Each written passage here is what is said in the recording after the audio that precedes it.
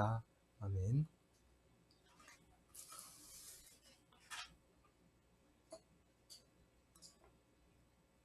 시편 71편 17절에서 24절.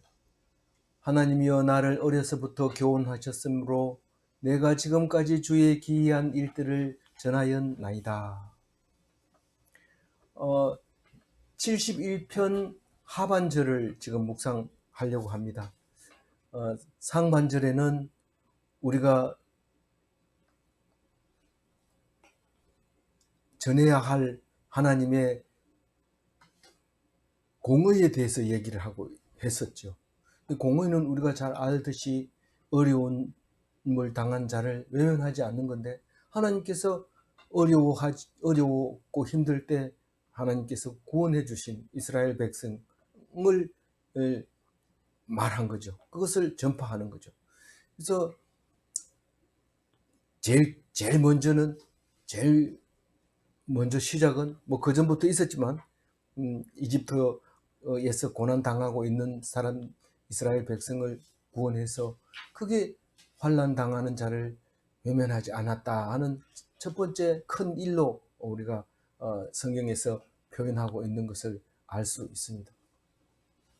그런데 어려서부터 이렇게 교훈을 받으면서 우리가 자라왔다 하는 것을 생각하면 감격하고 감동하고 하나님을 떠나서는 안 되고, 어떤 때는 그 은혜를 생각하면 눈물이 막 나고, 나를 위해서 십자가에까지 지신 하나님, 이러면서 평생을 내가 덤으로 사는 인생으로 하나님께 서원합니다. 그렇게 하면서 눈물까지 흘렸지만은, 그러나 시간이 지나면 언제 그러느냐는 듯이 조금만 아파도 엄살 부리고, 조금만 기분 나쁘면 삐지고, 많이 기분 나쁘면 원수 삼고, 더 사랑을 요구했지만 사랑이 안 받아들여질 때는 한을 품고 있는 그런 우리들을 보면서, 오늘 시편 71편 17절은 무엇을 얘기하고 있는가? 지금은 좋습니다. 지금은 참 좋습니다. 그러나 앞으로 어떻게 될까요? 그러니까 옆에서, 야, 한 번 받은 구원은 영원한 거야. 한 번 몇 월 며칠 날 구원 받았어. 그 날짜 잊어버리지 말고 그때 이후로는 이제 절대로 구원 받았으니까 그거는 변함이 없어. 이렇게 얘기할 때 그게 믿어지지 않는 거예요. 그때 당시에는 믿어진 게 분명했는데, 지금 머릿속에 가득 분이 들어 있을 때 이게 문제가 됩니다. 지금 우리는 신앙생활을 하면서 영원히 죽지 않고 믿는 자는 영원히 삽니다, 이렇게 얘기할 때 그렇지 않잖아요. 하다가 믿음이 없으면 구원 못 받는 거 아니에요, 이런데 그런 말은 할 필요가 없습니다. 왜냐하면 우리는 믿다가 안 믿다가 하는 거에 대해서는 우리가 알지 못합니다. 원래 안 믿었는 건데 믿은 척 했는지, 아니면은 그 믿음이 변질될 수 있는데, 한번 믿었다가 안 믿으면 예수님을 두 번 못 박는 거기 때문에 그것은 큰 용서받을 수 없는 죄라고 얘기를 했거든요. 그럼 차라리 안 믿었다고 얘기하는 게 훨씬 나아요. 그 사람은 눈물 흘리면서 땅을 치면서 서원하면서 헌금도 많이 하고 죽어도 하나님 안 떠나겠다 했는데, 요즘 보면 완전히 떠나서 막 개참판으로 살고 있거든요. 그걸 어떻게 해석해야 됩니까? 이렇게 말할 때 우리는 그 사람이 다시 돌아올 수도 있다. 그렇기 때문에 우리는 그 사람에 대해서 신앙을 얘기할 수 없고, 과거에 열심히 믿었던 그 믿음을 우리는 그것을 인정할 수 없다. 그러나 당신은 과거에 엉터리로 믿어서 이렇게 말할 수 없는 이유가 뭐냐면, 그것은 우리가 알지 못하기 때문에, 그 사람만 하나님 앞에서 했기 때문에 거짓말을 진정으로 했을지도 모르지만, 그러나 그거는 내가 알 바 아니고 지금 현재 믿음이 중요한 거죠. 만약에 지금 믿음이 없는 거 지금 입으로 고백하고 실제로 행동도 그렇게 한다면 그것은 과거가 엉터리라는 거예요. 거짓말이라는 거예요. 여태까지 속인 거라는 거고. 그런데 그렇지 않고 그런 대화를 들어보지도 않고 그냥 막 사는 아주 제3자 입장에서 바라보고 있는 거라면 우리는 거기에 대해서 평가할 수 없습니다. 그 사람이 앞으로 어떻게 하나님 앞에 돌아설지, 또 그리고 만약에 안 돌아선다 할지라도 우리는 개인적인 신앙을 우리가 평가할 수 없습니다. 다만 분명하고 확실한 것은 믿음으로 말미암아 영원히 죽지 않고 죽어도 살아난다는 그 믿음이 신앙 고백할 때는 분명히 있었던 것은 사실입니다. 그것을 니 그때 거짓말했지 이렇게 말할 수 있는 경우는 아까 제가 말씀한 대로 그때만 가능한 건데, 그때도 우리는 그런 평가를 할 필요가, 할 자격 자체를 주지 않았습니다. 그러니 우리는 이 17절을 읽을 때 남을 기준으로 해서 읽는 것이 아니라 내 기준으로 읽어야 됩니다. 나를 어려서부터 교훈하였으므로, 이 말은 모태신앙을 얘기하고 있는 건데, 모태신앙은 내가 압니다. 나는 여태까지 60살 될 때까지 절에 다녔는데요. 절에 다닌 거하고 관계없이 믿고 난 다음에 돌아보면 하나님이 나를 여기까지 인도해 주셨구나 하는 것을 알게 됩니다. 그럼 이 소리가 안 나올 수가 없어요. 하나님이여, 나를 어려서부터 교훈하셨으므로 내가 지금까지 주의 기이한 이들을 전하였나이다. 60살까지는 내가 절에 다녔다 하더라도, 그리고 그렇다 하더라도 지금 와가지고 하나님 앞에 무릎 꿇고 앉아 있어 보면 하나님이 지금까지 내가 그렇게 절에 갔는데도 교회 오게 하고, 그 기이한 일들이 아니고 뭐겠습니까? 그래서 내가 그걸 어디 가면 꼭 얘기합니다. 얘들아, 나이 먹었다고 예수 못 믿는 거 아니다. 그리고 또 엄마 뱃속에서부터 믿었든지 아니면은 나처럼 60살 돼서 믿었든지 그거하고 상관없이 하나님은 나를 향해서 태초부터 계획하고 계셨고, 그것이 오늘날 하나님 말씀이 그럴 수밖에 없었다는 것을 나는 안다. 그리고 그것을 전하잖아요. 주의 기이한 일들을 내가 전하잖아요. 그러면 모태신앙보다가 그게 100번 낫죠. 왜냐하면 관정할 게 있으니까요. 관정할 게 있으니까. 그게 기이한 일을 말할 수 있으니까요. 근데 어려서부터 신앙을 가졌다면은 그런 기이한 일들이 적을 수도 있어요, 오히려. 그러니까 오히려 그게 큰 일일 수 있죠. 그러니까 나는 어려서부터 하나님이 교훈해 주셨구나. 이쪽으로 가라 해서 이쪽 갔고, 저쪽으로 해서 저쪽 갔고. 그래서 돌아와 보니까 그게 다 훈련의 과정이었구나. 그것을 말하게 되죠. 그러나 이것을 1차적으로 해석했을 때, 만약에 내가 어려서부터 교훈 받았습니다, 이 말은 이스라엘 백성이라는 거죠. 이스라엘 백성. 이스라엘 백성이라는 겁니다. 그러니까 우리는 지금 이방인으로서 이렇게 예수 믿다 보니까 이렇게 되는데, 유대인들로 이거를 읽으라고 하면 당연히 어려서부터 내가 창세기를 읽었습니다. 하나님이 창조하시고 출애굽, 그렇게 불쌍한 이스라엘 백성을 하나님이 불쌍히 여기셔서 구원해 주셨습니다. 레위기, 이 레위인들로 우리를 레위인 삼아 주셔서 전 세계의, 전 인류의 레위인으로 삼아 주셔서 이 이스라엘 백성을 삼아 주셔서 감사합니다. 그리고 그런 일을 들었고, 뭐 민수기는 사람의 이스라엘 백성의 숫자에 대해서 설명한 것을 공부했고 들었고 가르쳤고 교훈 받았습니다.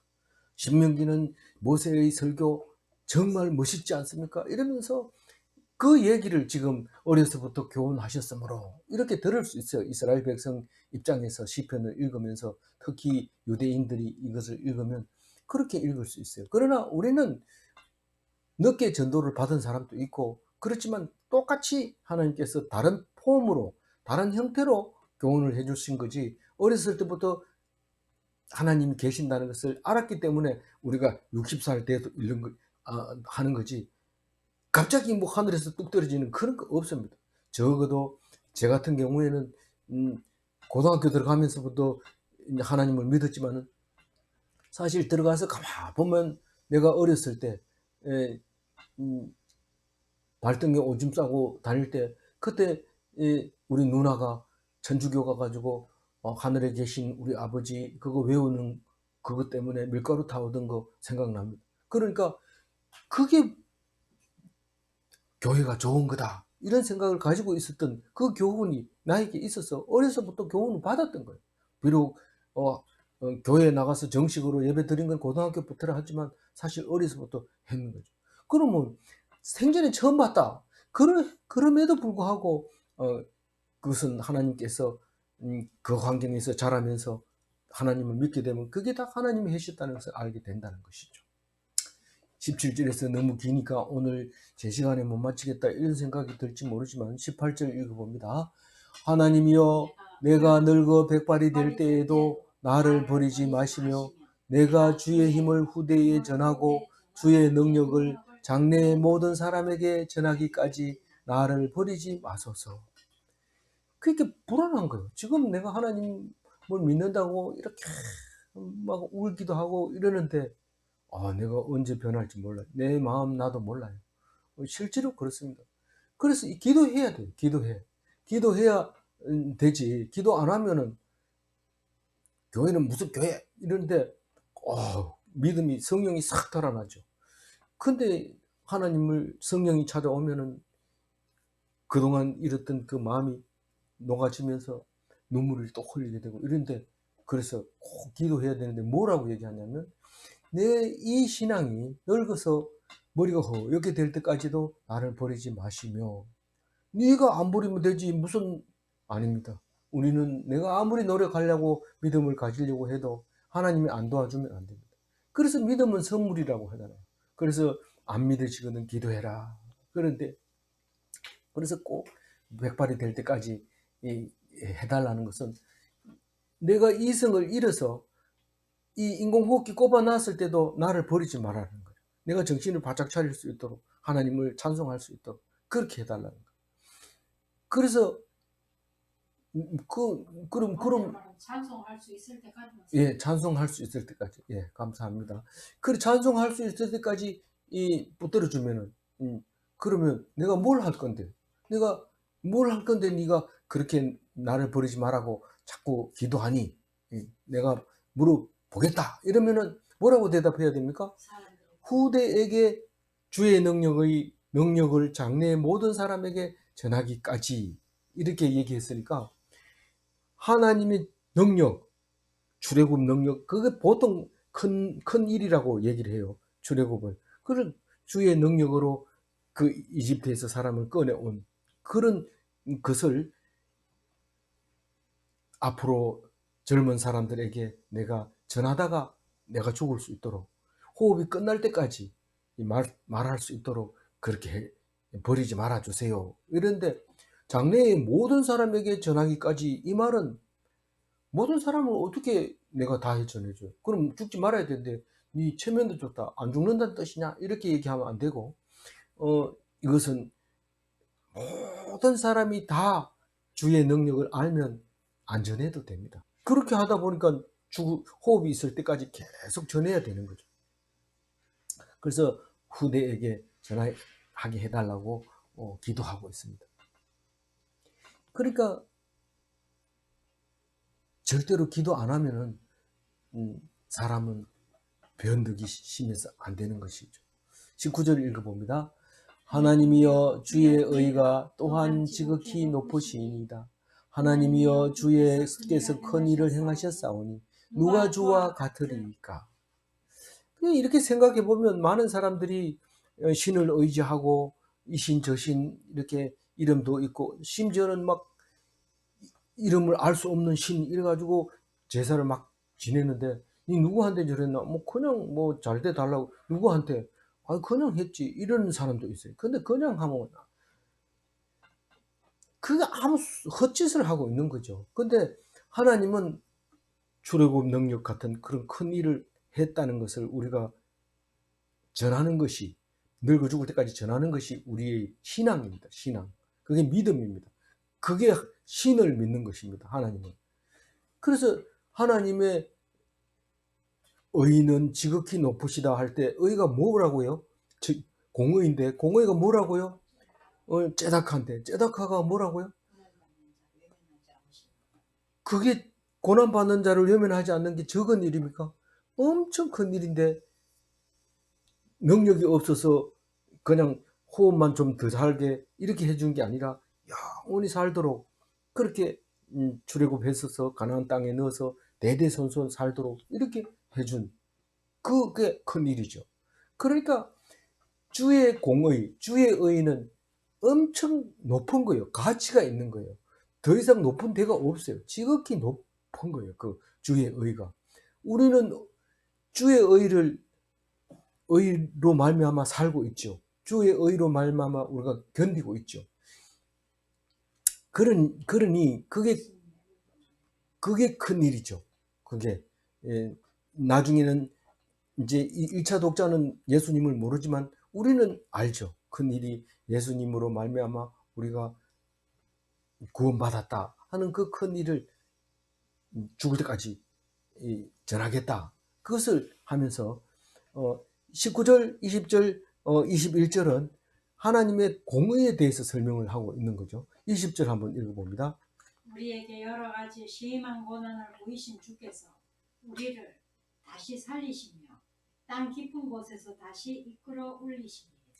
우리가 교회에 처음 나가면 여러분 다 구원받았습니다. 이렇게 얘기할 때 구원이 뭔가 처음 구원이라는 소리 들으면 시몬에서 이런 뺀 거 얘기하는 것처럼 들리지만 들어보니까 그게 아니고 죄에서 사함받아서 구원받았다 하는구나.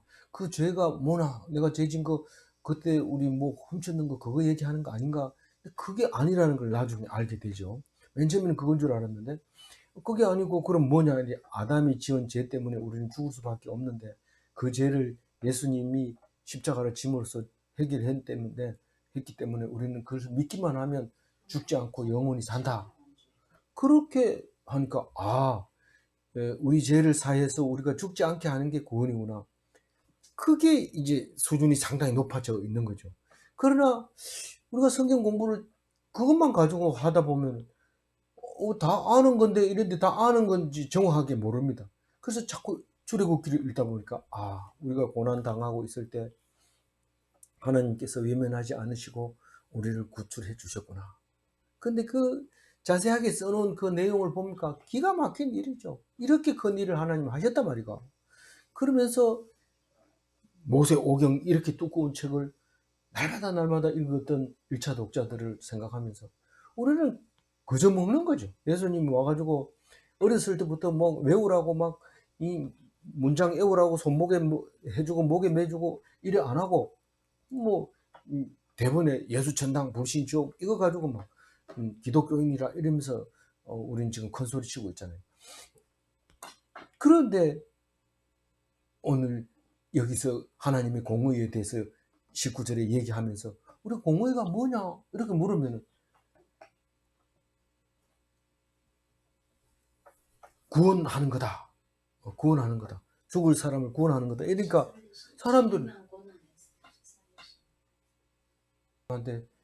구원받으려면 어떻게 해야 되죠? 이러니까 죄를 지어야 돼요. 꼭 답이 나오잖아요. 그 죄를 지어야 사해줘야지 그 죄는 지는 것이 아니라 원래 죄가 있는 건데 그걸 사해주는 구원받는 거죠.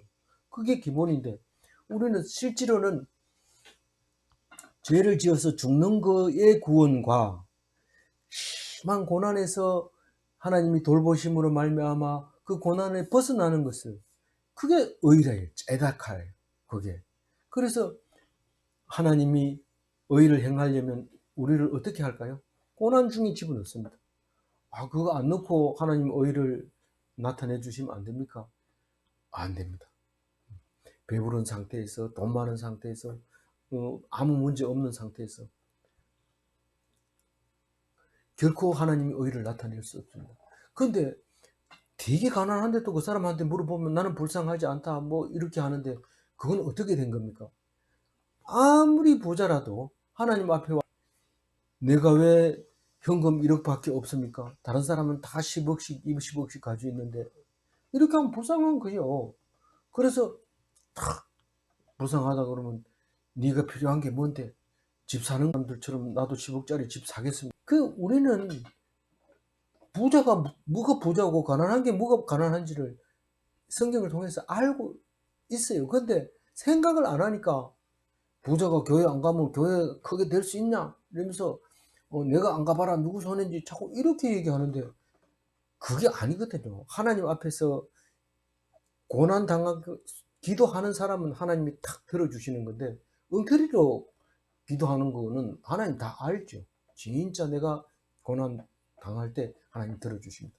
그럼 10억 가지고 있어도 없는 것처럼 기도하면 해주나? 해주는데 다윗을 생각해야 돼요. 다윗은 왕인데도 맨날 내가 가난하고 내가 핍박받고 내가 원수들한테 몰려 다닌다고 얘기했어요.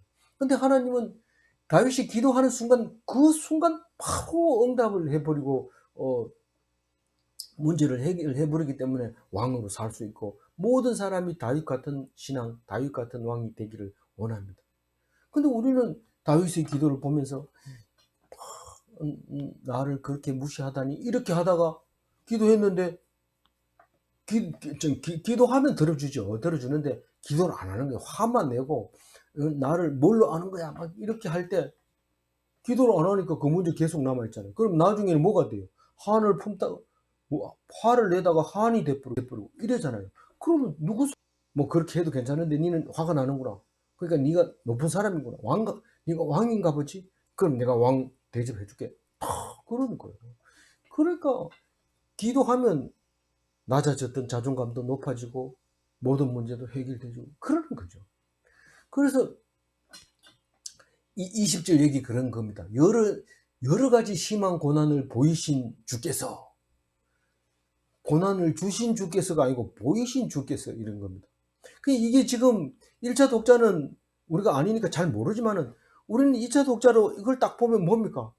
이거를 그때 당시에는 예수님이 없었는데 지금 우리가 예수님을 통과하고 난 다음에 이 구약 시편을 딱 보면 예수님의 심한 고난을 우리에게 보여주신 거예요. 그러니까 우리가 받을 고난을 저렇게 받으시는구나, 그렇게 생각하는 거예요. 그럼 우리를 고난을 주는데 어디까지 주느냐 하면은 완전히 죽입니다. 땅 깊은 곳까지 갑니다. 땅 깊은 곳이 어디입니까? 서울이잖아요. 서울이면 죽은 거예요. 죽은 자가 거기 있는 곳이에요. 죽은 곳에서 다시 살립니까? 죽은 자 가운데서 다시 살립니다. 끌어올리는데 그냥 올리는 게 아니라 다시 죽지 않는 영존체로 끌어올리는 거죠.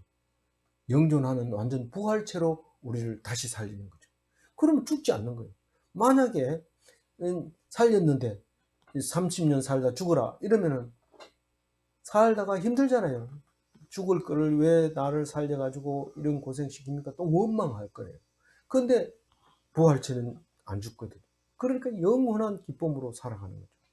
그래서 이 주께서 우리를 다시 살리시며 땅 깊은 곳에서 다시 끌어 올리시리이다. 이 말 속에 2차 독자는 더 기쁜 엄청난 마음으로 읽을 수 있어요. 1차 독자는 이게 무슨 말인지 모를 수 있어요. 그러나 우리는 이것이 예수 그리스도를 생각하면서 참 깊은 의미를 가지고 있다, 그렇게 생각할 수 있는 거죠. 21절 한번 같이 읽어줄까요? 나를 더욱 창대하게 하시고 돌이키사 나를 위로하소서. 예. 그러니까 나를 다시 끌어올린 다음에 다시 죽는 게 아니라 더욱 영원히 창대하게 해달라 했지만은 1차 독자가 읽을 때는 그러나 영원하게 하신 거예요. 살려서 영원하게 하시고 다시 돌이키사, 이 말은 얼굴을 맞대사 이런 말입니다. 하나님하고 얼굴하고 맞댑니다.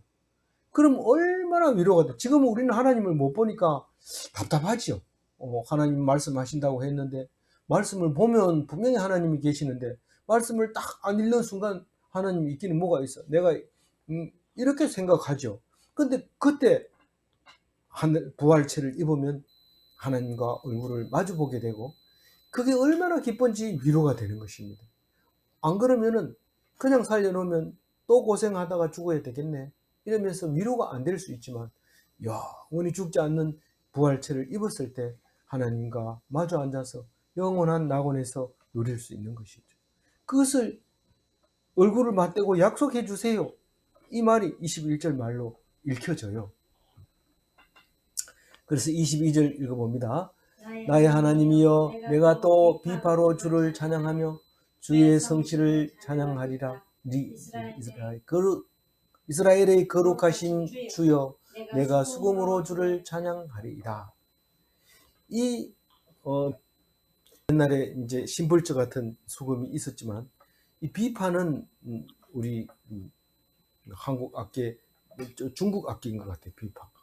있었는지 정확하게 제가 모르겠습니다만 중국 악기 같은데 원래는 저기 하프라고, 영어는 하프라고 번역하는데 원래 유대인들이 쓰던 악기가 있었던 것 같아요. 정확하게 같은 건 아니지만 현악기인데, 그래서 하나님을 찬양하는데 그냥 하는 게 아니고 그 악기를 가지고, 비파는 현악기이기 때문에 가냘픈 그리고 애절한 그런 하나님을 뭡니까 팡 치면서 하나님이 임재하시는 것 같이 느껴지지.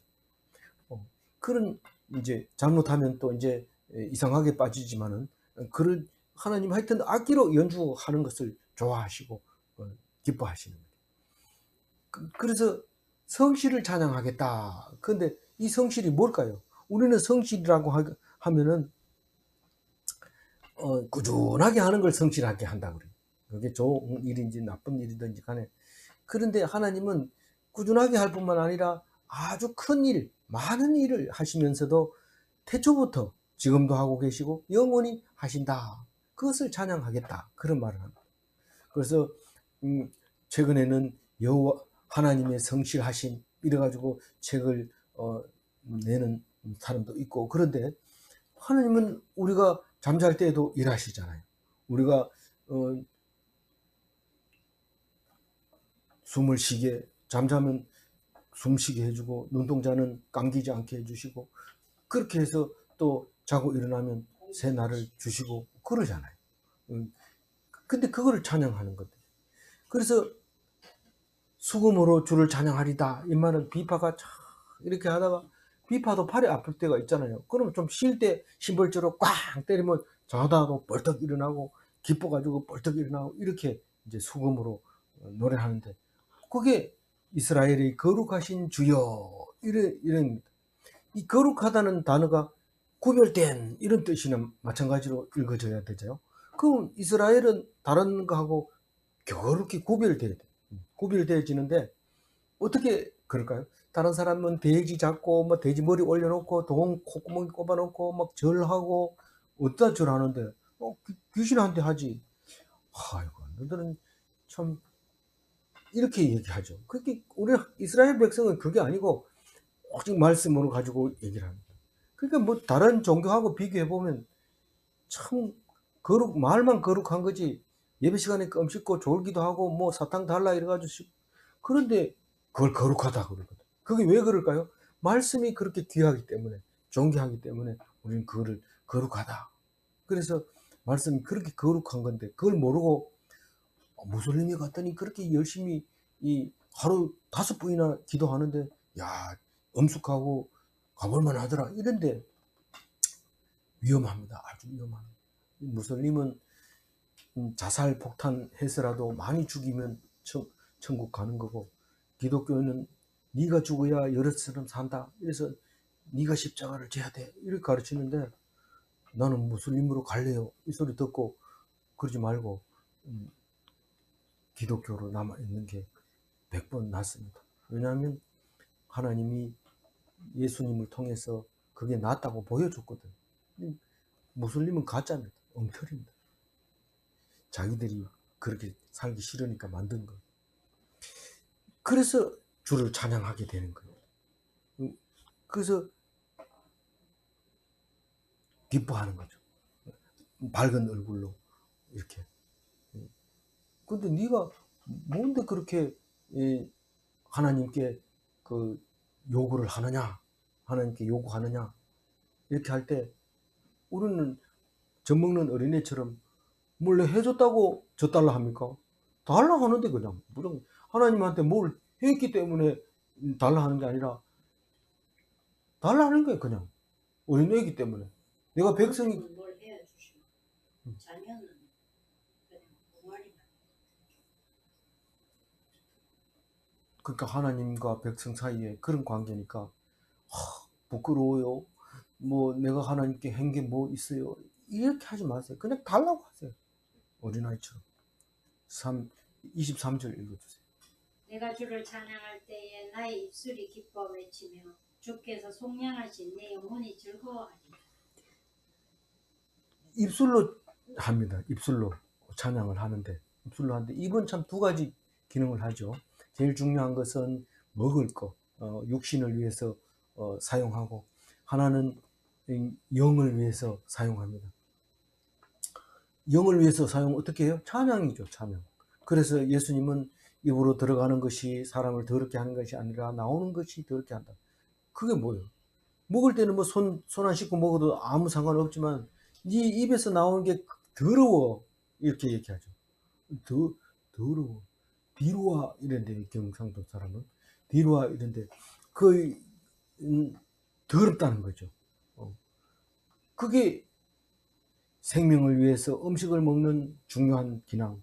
하나는 찬양을 위해서 영혼을 위해서 노래하는 기관. 이렇게 해서 입으로 하는데 여기서 찬양을 할 때 욕하면서 찬양하는 거 없습니다. 하나님께 영광 돌리 그게 가스폴송이죠. 복음송이죠. 찬양이죠. 그런 거죠. 그리고 기쁨으로 성령이 충만해서 성령 충만하면 막 화내고 욕하고 이렇게 하지 않습니다. 오직 능력으로 하나님만 찬양하는 그게 성령인데 그 영혼만 그렇게 기쁘냐? 영혼만 기쁜 게 아니라 육신도 힘을 얻죠. 힘이 빠져가지고 늘어져 있다가도 하나님 말씀 듣고 벌떡 일어나고 이렇게 합니다. 그래서 신진 대사가 원화를 하게 하려면 말씀 읽고 기뻐하고 찬양 부르고 이러면 소화도 잘 되고 이런데 그 얘기를 지금 기쁨으로 그 다음에 외치며 우리가 MT 같은데 이런데 학생들 모임에 가면 그 리더하는 사람이 나와 마이크 잡고 소리 질러 이러면 막 애들이 기회는 이때다 싶어가지고 목청 터지라고 소리 지르는데 와 우리가 볼 때는 미쳤구나 이러는데 자기들은 막 너무 좋아가지고 소리 지르는 거죠. 근데 뭐 사실 내용도 없이 그냥 말초 신경만 그렇게 하는 거예요. 영적으로는 뭐 그렇게 뭐 좋은 것 같지는 않은데 그래서 영혼이 즐거워합니다. 이럴 때 우리가 좋은 음식 먹으면 말초 신경은 좋아지죠. 좋은 사람 만나고 술 먹고 이럴 때는 말초 신경은 좋지만은 영혼이 즐거운 건 아니에요. 근데 말씀은 영혼을 즐겁게 해주십니다. 우리는 자꾸 건강한 육체에 건강한 정신이 깃든다 이래가지고 자꾸 육체를 단련하라고 그러고 유튜브에서도 뭐 설교도 많이 하니까 제가 비유를 잘못했는지 모르지만 어쨌든 건강에다 집중을 하는 사람이 많습니다. 그래야 정신이 맑아진다 이런데 사실은 맞습니다. 근데 그러나 그건 세상 생각이고 세상 생각이 그럼 뭐냐 초목이 무성하면 복을 받는다 당연하죠. 그 당연한 건데 그것은 일반 은총이고 영혼이 육체를 윤택하게 한다 그것은 영혼으로 말미암아 기분 좋고 화내면은 막 속병이 나오고 화병이 나오고 막 생깁니다. 근데 화를 안 내면은 이제 육체가 윤택해지고 뼈가 튼튼해지고 누워있던 사람도 일어나게 되고 그럽니다. 그래서 예수님이 오가지고 떡으로 사는 게 아니야. 떡으로만 사는 게 아니야. 이렇게 말씀으로 살아. 이렇게 얘기할 때 그 말씀이 우리를 윤택하게 해주는 거죠. 그래서 복음이 들어가면은 자연이 푸르게 되는데 그게 다른 말로 우리가 하나님과 회복이 되면은 산천초목도 회복한다. 이런 말입니다. 그건 뭐 일반 은총은 아닙니다. 특별 은총입니다. 초목이 무성해야 복을 받은 게 아니라 너희들이 하나님하고 복을 받으면 너희들하고 하나님하고 회복이 되면 산천초목이 푸르게 된다. 그걸 가지고 자꾸 물으면 야 너무 묻지 마라. 그게 특별 은총이야. 아무나 듣는 게 아니야. 네가 안 들리면 그냥 조용하게 가서 하나님께 기도하고 들릴 때까지 있으라. 이래야지 네가 왜 안 들리니 좀 정신 좀 차리라. 그거는 틀린 거야. 막 붙들어가지고 그러니까 그렇게 해야지 이렇게 한다고 될 일이 아닙니다. 그건 하나님께 맡겨야 됩니다. 그래서 창조의 주인으로 그리고 하나님을 섬기는 왕으로 왕 같은 제사장으로 우리가 그렇게 살아야 돼요. 우리가 그렇게 살아야 돼요. 24절 읽어봅니다. 나의 혀도 종일토록 주의 입을 작은 소리로 읊조리오니 나를 모해하는 자들이 수치와 무한을 당함이니이다. 그게 여기서 의를 혀를 가지고 아까는 입을 가지고 하지만 요거는 혀를 가지고 하는데 혀를 가지고는 소리를 크게 못 냅니다. 목청에서 나와야 되는데 혓바닥으로는 중얼중얼 할 때 사용하는 거예요. 중얼중얼 한번 해보세요. 그러면 혓바닥이 움직여야 됩니다. 근데 입술은 안 움직여도 됩니다. 그래서 중얼중얼 할 때 그게 이제 뭡니까? 묵상하는 거죠. 묵상하는 작은 소리로 읊조리는 게 묵상하는 거예요. 그게 공의를 말하는 거죠. 이렇게 힘들었을 때 하나님께서 도와주셨군요. 그렇게 하면서 자꾸 얘기를 하게 되는 거예요. 그래서 종일 하는 거예요. 종일. 언제 한다. 그래서 종일 하는 걸 큰 소리를 지르면 목이 나가기 때문에 작은 소리를 계속. 그래서 묵상할 때는 조용하게 혼자 합니다. 그런데 모여서 나눔할 때는 큰 소리로 찬양하고 나누고 이렇게 하죠. 그러면 어떻게 돼요? 원수들이 수치를 당합니다. 저는 외톨이로 좀 따돌렸는데 외톨이로 공격을 했는데 외톨이들끼리 모여가지고 찬양 따돌리던 사람이 교회를 갚으려고 해롭게 하던 원수들은 무한을 당하게 해주세요. 그래서 우리가 참 그 주기도문 신앙 고백 중에서 제일 마음에 드는 게 성도가 서로 교통하는 거 그겁니다. 혼자 묵상해도 되죠. 그렇지만 우리가 여럿이 하면서 나누어야 돼요. 그래야지 이 왕따가 안 되고요. 그리고 혼자 해보세요. 안 됩니다. 진짜 혼자 하고 싶거든 절로 가세요. 절로 가서 목탁 하나 빌려가지고 치는 게 훨씬 더 낫죠. 여러 사람들 있는데 믿는 사람끼리 모여야 되지. 안 믿는 사람한테 가서 성경 막 가르치고 이러면 하나님이 좋아할 것 같지만 그것도 뭐 사명일 수는 있지만 거기에서 뭔가를 얻을 수는 없는 거예요. 근데 믿는 사람이 서로 교통한다는 것은 즐거워한다는 거예요. 기뻐한다는 거예요. 감사한다는 거예요. 좋아한다는 거예요. 그게 천국의 모형으로 준 거예요. 여기 와서 잘난 척하고 막 이렇게 하려면 안 오는 게 나아요. 그게 이제 이 24절에 원수들이 수치를 당할 것입니다 하는 것과 연결이 되어서 성도는 서로 교통해야 된다. 그래서 교통이 있어야 돼요. 오늘 18절 가지고 우리가 정리를 해봅니다. 18절 다시 한번 읽어볼게요. 하나님이여 내가 늙어 백발이 될 때에도 나를 버리지 마시며 내가 주의 힘을 후대에 전하고 주의 능력을 장래의 모든 사람에게 전하기까지 나를 버리지 마소서. 우리 모두는 다 그렇습니다. 열심히 일하는데 가만히 보면 그것을 자식에게 물려주려고 빈손으로 가는데 왜 그래 열심히 하나. 그래도 뭐 우리 아들 한 끼라도 잘 먹으면 더 좋지 뭐 이러면서 벌어놓고 돈을 적게 쓰고 그런 거 가죠. 근데 그리스도인은 죽을 때까지 백성들에게 말씀을 전하면서 갑니다. 기도도 그렇습니다. 기도도 하나님 내가 죽을 때까지 호흡이 끝날 때까지 하나님 말씀 전하게 해주세요. 그렇게 기도하는 거죠. 우리가 다 이런 기도를 드려서 하나님 앞에 예수 닮은 멋진 기도인으로 살기를 주님의 이름으로 축원드립니다. 기도하겠습니다. 하나님 감사합니다. 오늘 시편 71편을 통해서 은혜 주신 것 감사합니다.